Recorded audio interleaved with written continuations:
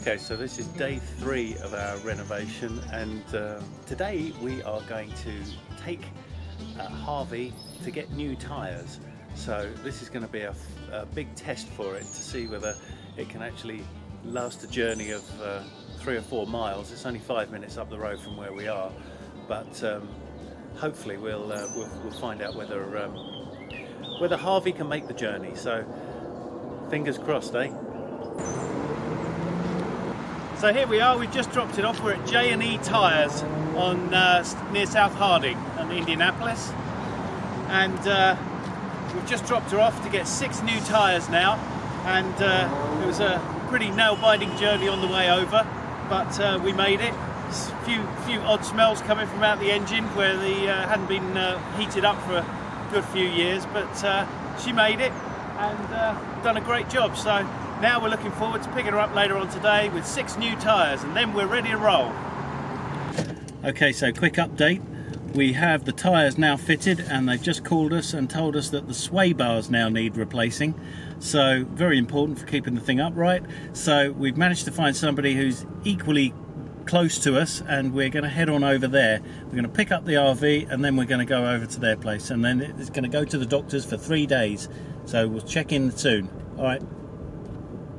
Well, hello everyone, it's us back again, and guess what happened? We got a phone call from Warner Spring, who had the RV up on a lift, and were able to get underneath it and give us a full assessment on what the damage is in terms of trying to get it on the road safely again. And yeah, interesting.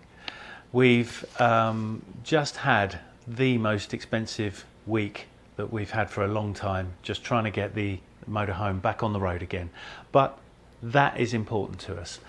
We're not going to be going on holiday anywhere else. We're not going to be doing anything. It's no great expense, and the motorhome's also going to double as an office for us. So whatever expenses we decide to outlay for this is going to be hopefully paying us back over the next sort of 2-3 years if we can. So anyway, we were expecting a bill of some description because we knew that the sway bar bushings needed replacing.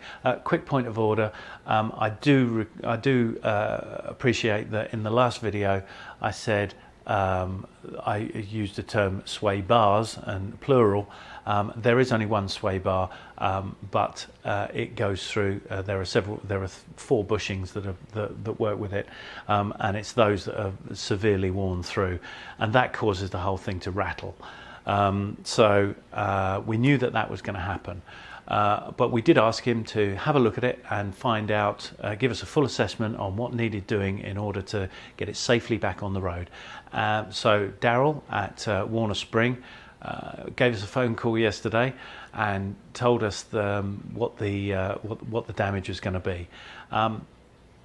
Like I said, this is something that we're going to be using as a holiday and a workplace. So we have to factor that into it. I hope that it's going to pay us back in spades anyway at some point. But here's a list of the things that need doing to the motorhome in order to get it sort of safely running again.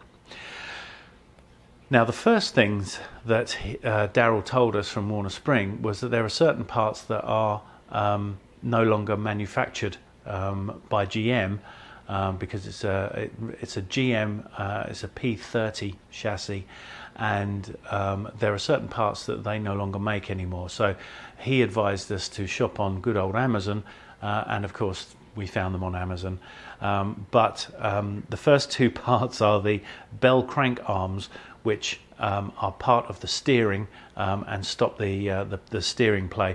What I thought was obviously characterful is not. That's quite a sign that things are wearing through. So we've ordered 2 bell crank arms, passenger side, driver side. Warner Spring are currently getting underway with work on the suspension, which is totaling, all in dollars by the way, of $1,966.27 for the suspension work. The tyres previously cost us $28,430. and roofing supplies to get the roof watertight came to $362.57.